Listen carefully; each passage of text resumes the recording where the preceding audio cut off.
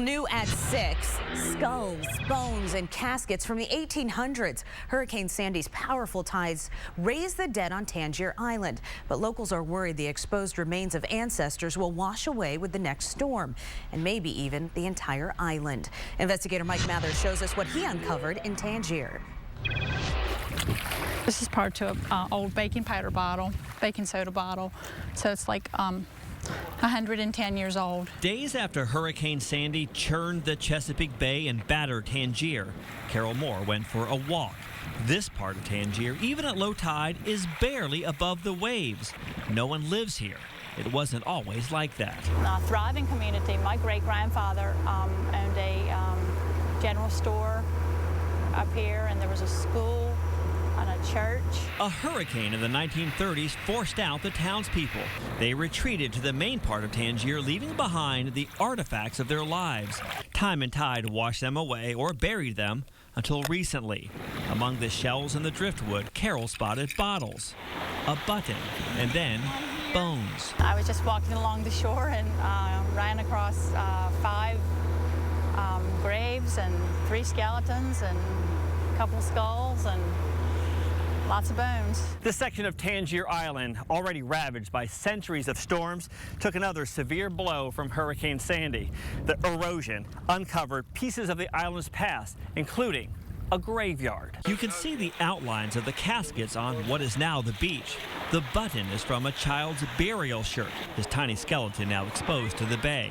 The recently uncovered headstones show the burials were from the Pruitt family in the 1800s. This graveyard was once well inland, but now the tide laps against it. When I was a kid, I remember trees right here, and land where we are right now, it's gone. This look into Tangier's past also tells its future. The island is losing around 19 feet of land a year.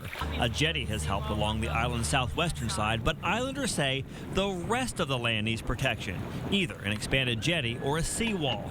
Carol and the other 500 who live here say they are running out of time. Another storm like Isabel or Ernesto could wipe us out. Hurricane Sandy unearthed some of the island's hidden history. Another storm like it, Carol says, could make the entire island a memory. Everybody's worried about that.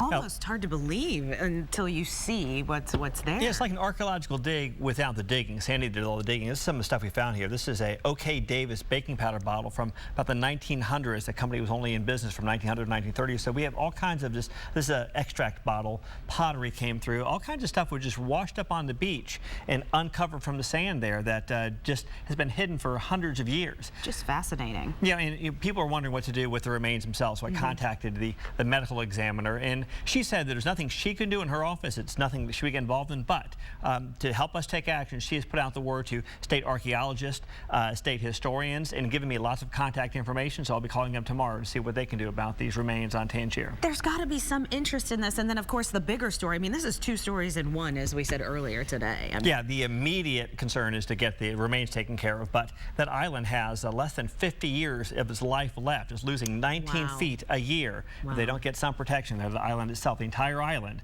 is going to be history. Thanks, Mike. Incredible.